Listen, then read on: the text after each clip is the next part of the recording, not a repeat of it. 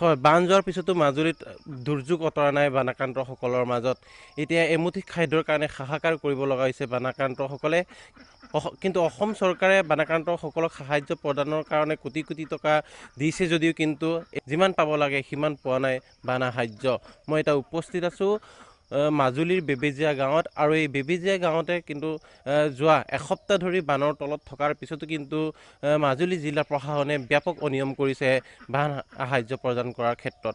কাৰণ ইতিমধ্যে মাজুলীৰ প্ৰায় কোটি কোটি টকা বান সাহায্যৰ নামত মাজুলীলৈ আবণ্টন দিছে যদিও কিন্তু এতিয়াও মাজুলীৰ বানাক্ৰান্তসকলে উপযুক্তভাৱে বান সাহায্য পোৱা নাই। ফলত ইয়াত হাহাকাৰ পৰিৱেশে বিৰাজ কৰিছে বানাক্ৰান্তসকলক। মই সামগ্ৰিক পৰিৱেশ দেখুৱাইছোঁ আচলতে বানত কেনেধৰণে আচলতে এইসকল লোকে দুৰ্ভোগ ভুগিব লগা হৈছে। ইতিমধ্যে তেওঁলোকৰ যি ঘৰ বাৰী আছিলে সেই ঘৰ বাৰীসমূহ এনেধৰণেই বানত ক্ষতিগ্ৰস্ত হোৱাৰ পিছত তেওঁলোকে এতিয়া হাহাকাৰ কৰিব লগা হৈছে। সামগ্ৰিক পৰিৱেশ দেখুৱাইছোঁ প্ৰাগ নিউজৰ দৰ্শকসকলক। এনেধৰণে আচলতে বানত বিধ্বস্ত হোৱাৰ পিছত এনেধৰণে তেওঁলোকে ৰদে বৰষুণে একাকাৰ কৰি তেওঁলোকে থাকিব লগা হৈছে। কিন্তু মাজুলী জিলা প্ৰশাসনে আজি পৰ্যন্ত ইয়াত মাত্ৰ এবাৰ তেওঁলোকে সাহায্য প্ৰদান কৰি দায়িত্ব সামৰিছে বুলি ক'ব লাগিব। মুঠতে চাউল আৰু দাইল দি তেওঁলোকে কোটি কোটি টকা মাজুলী জিলা প্ৰশাসনে লুণ্ঠনৰ প্ৰয়াস কৰিছে বুলি ক'ব লাগিব। কিন্তু এইসকল দুৰ্ভগীয়া বানাক্ৰান্তই আজি পৰ্যন্ত উপযুক্ত কোনো বানা সাহায্য নাপালে। মই তেওঁলোকৰ পৰা পোনে পোনে জানিব বিচাৰিম আচলতে এইসকল বানাক্ৰান্তই বিগত আচলতে এসপ্তাহ ধৰি পানীৰ তলত থকাৰ পিছতো কিন্তু মাত্ৰ এবাৰ তেওঁলোকে সাহায্য লাভ কৰিলে। মই তোমাৰ ওচৰলৈ আহিছোঁ। বান সাহায্য কিমান পালা? পানীটো কমেও 5 দিনমান থাকিলোঁ।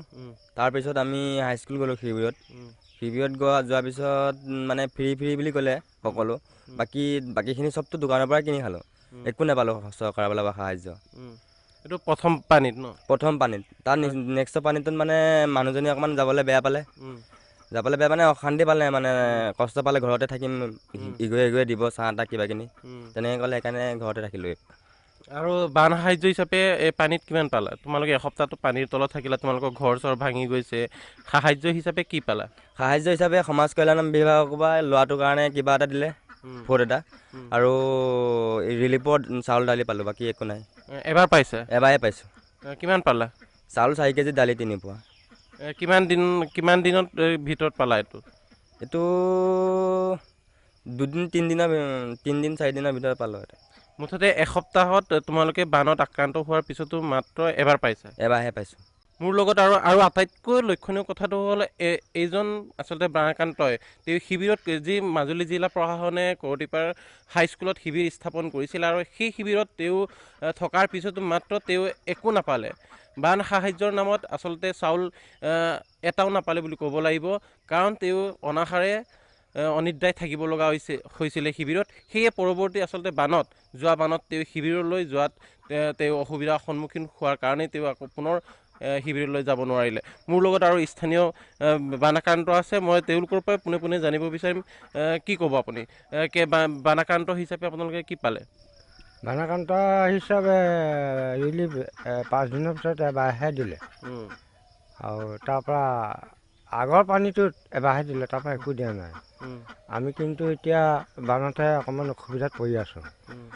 আৰু ক'ৰবাত যাবলৈও অসুবিধা, থাকিবলৈও অসুবিধা। তেনেকৈ মানে গাঁৱৰ ৰাস্তা পদূলিও বেয়া।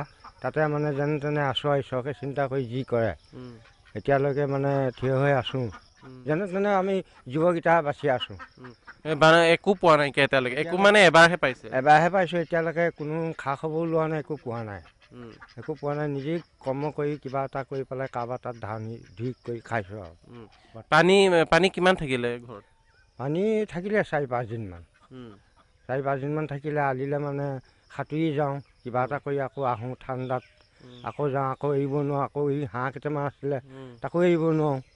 বিৰাট অসুবিধা মানে পৰি আছোঁ আমি ইয়াত। একো মানে নাপালে এতিয়া? চৰকাৰৰ পৰা একো সাহায্য পোৱা নাই এতিয়ালৈকে। মই আপোনাৰ ওচৰলৈ আহিছোঁ। আপুনি বানত এনেধৰণে আপোনালোকৰ ঘৰ চৰ ভাঙি গৈছে, চৰকাৰৰ পৰা কিবা সাহায্য পাইছেনে? নাই, একোৱে পোৱা নাই। একো পোৱা নাই মানে গাঁৱত যেনেকৈ ৰিলিফ দিছে তেনেকৈ ৰিলিফ দিছে, চাউল আৰু দালি। তাৰ বাদে একোৱেই নাই। তাৰপিছত এবাৰহে দিছে, এই আগৰ পানীটো নিজিবা আঁঠু তল হৈছিলে ভিতৰত, তেতিয়া নিজিবা এবাৰ দিছে, এতিয়া নিজিবা আঁঠু ওপৰ একঁকালেই হৈছে, এতিয়া এবাৰ দিছে, সিমানেই। তাৰপিছত একোৱেই নাই। কিমান দিন থাকিলে আপোনালোকে পানী? আমি 5 দিন থাকিলোঁ পানীৰ তলত, এতিয়া ডাঙৰ পানীটোত। আগৰটোত নিজিবা 3 দিন থাকিলোঁ। এতিয়া চাউল দাইল মুঠতে চাউল আৰু দালি, সেই তাৰ বাদে একোৱেই নাই। কিমান পালে? চাউল দুটা মানুহৰ ভিতৰত সেই 3 কেজি আৰু দালি আধা কেজি, সিমানেই। কিমান কষ্টৰ মাজত এতিয়া থাকিব লগা হৈছে? বিৰাট কষ্ট, উঠিব ভিতৰৰ পৰা বাহিৰলৈ ওলাব নোৱাৰোঁ। স্কুলৰ মুখত এয়া সোঁত গৈ পিনে ছিঙি দিলে, পানী এডিঙি হয়, তেনেকৈ যাওঁ আৰু সাঁতুৰি মাতুৰি, কিমানো ভিতৰতে সোমাই থাকিবি বুলি আলিতে বহি পিনে আকৌ ঘৰত আহি থাকোঁ আৰু তেনেকৈ দুখৰ কষ্টৰে দিনকেইটা কটালোঁ আৰু। এতিয়া ঘৰ এতিয়া ঘৰলৈ সোমাই আহি গোটেই মানে হেৰি কেঁচু কুমটি এই মৰি মেলি আছে, সেইবিলাককে গোন্ধ লৈ আছোঁ আৰু। এতিয়া যাবি কাৰ ঘৰলৈ? ঘৰ ভাগিব বুলি ৰাতি টোপনিও ক্ষতি কৰোঁ, তেনেকৈ আৰু দুখৰ কষ্টকে থাকিলোঁ আৰু এইকেইদিনে।